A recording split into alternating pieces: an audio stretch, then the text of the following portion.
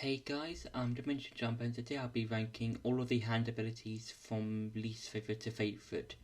Now, with the hand abilities from not Breath of the Wild, from Tears of the Kingdom, I think that they are interesting. I think when compared to the runes in Breath of the Wild, they they bring a new format to the combat, I would say, because with the runes in Breath of the Wild, they had their own sort of thing. They had their own combat that you could use around them. So with the stasis, you could knock, uh, let's say, different objects into enemies, or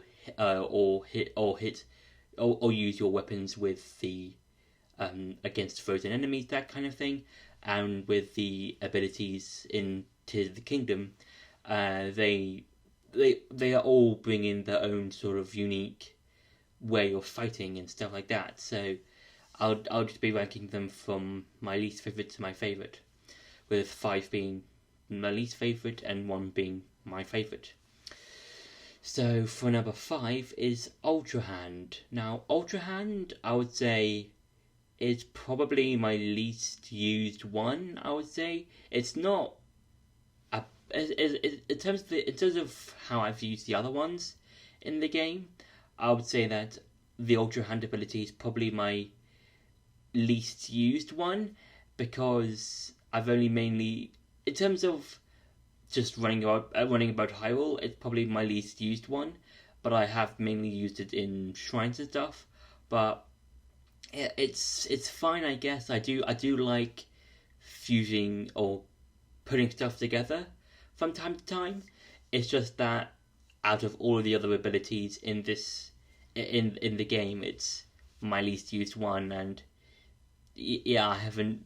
And when it comes to creating, objects or things that can make you go across the kingdom, I haven't really used it to do stuff like that. I've just mainly fused things together and just like carts with fans and stuff like that. So that's like the best I could do. So yeah. For number four is auto build. Now auto build, I would say, is an interesting ability because you can find this in the depths as part of a quest.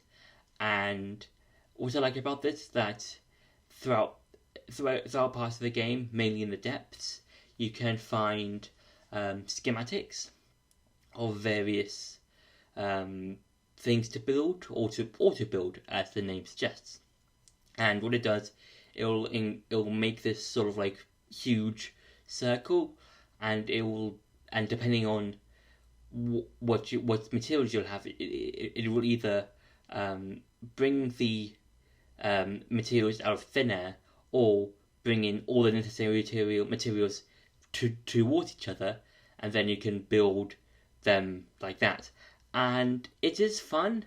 I do enjoy it. I think a lot of the stuff I've made, in terms of stuff that I've used while using Ultra Hand, were not good to okay. Like the best one that I think one of the best ones I've made, that I've used with Ultra Hand, then used with Auto Build, was probably, I think, one of the most common ones was basically two fans with a control stick. That's probably that's probably the one I've used the most when using auto build. And again, like Ultra Hand, it's not bad. It's just one of those three ones that I haven't used as much when playing the game. For number three is Recall. Now, Recall is a nice ability. I think to me it feels like an advanced version of Stasis, in the sense that instead of freezing a particular object or a particular enemy, Recall turns back time on particular objects, excluding enemies, and depending on the object, it can either help you with puzzles or make sure that the certain things can hit enemies. For instance, if any of the Octoroks you fight in Elder Volcano, you can use their bomb rock things to sort of turn back time on by using recall on them, and they can have their own boulders used against them. Similar with the boulder likes, it's kind of similar like with them as well.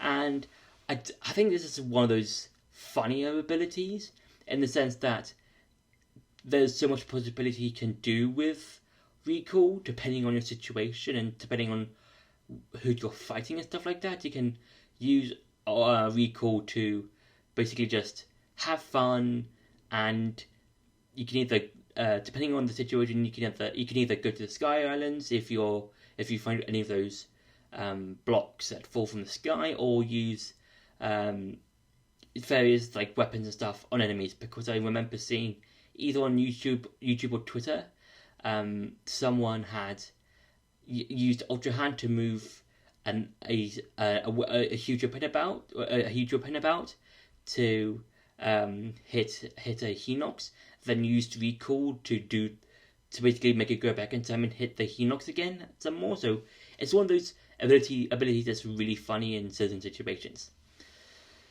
For number 2 is Fuse. Now, Fuse, originally I didn't use as much because I didn't really understand it a whole lot. But over the time, over playing the game for a while until I beat Ganondorf, I think I got better and better of using the ability, because Fuse basically is what it means. You can fuse anything with your sword or shield, and they will get like an attack stat buff.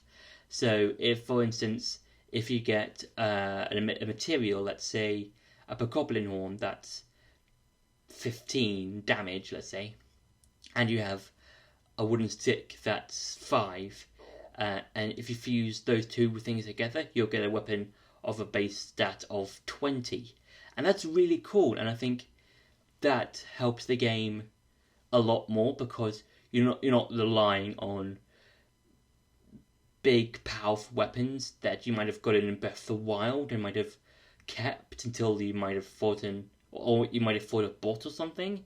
I think Fuse is one of those abilities that it has so much potential in how you play with combat. It's kind of like Recall, in the sense that it's a funny ability if you use it correctly, and it's such a versatile ability to use every now and again if you want to get, like, let's say, a Royal Broadsword with a giant boomerang, or a Royal Claymore with a wooden stick, or a Gleeok weapon, or Gleeok, one of those Gleeok elemental guts things. It's like you're only limited by imagination. That's kind of what I'm going with it with Fuse. So, yeah. And for number 1 is Ascend. Now, Ascend is probably the most used ability that I have used throughout the whole of the game, because it's so useful in the sense that, because Ascend is an ability that can make you go through any objects or anything.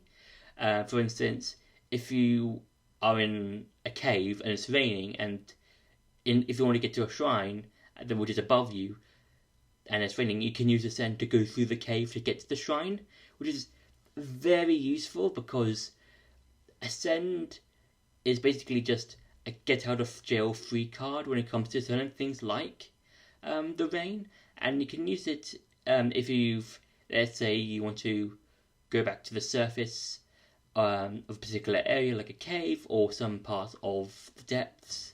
I know you can use Ascend there, and yeah, it's such an interesting ability to use, and it can really be used really well in combat as well.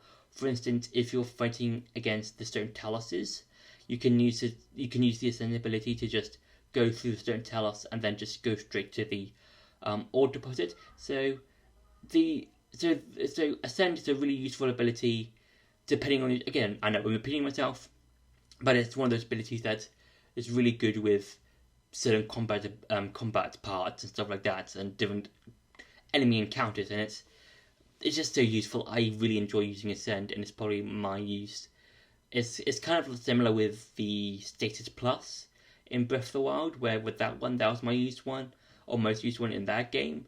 where you could you could stop any enemy. Ascend is similar to that, but in the sense that I just use Ascend to go through anything to get to a certain area. So yeah. So that's been my ranking of the hand abilities. I hope you enjoyed this video. Don't forget to like, share, and subscribe, and I'll see you in the next video.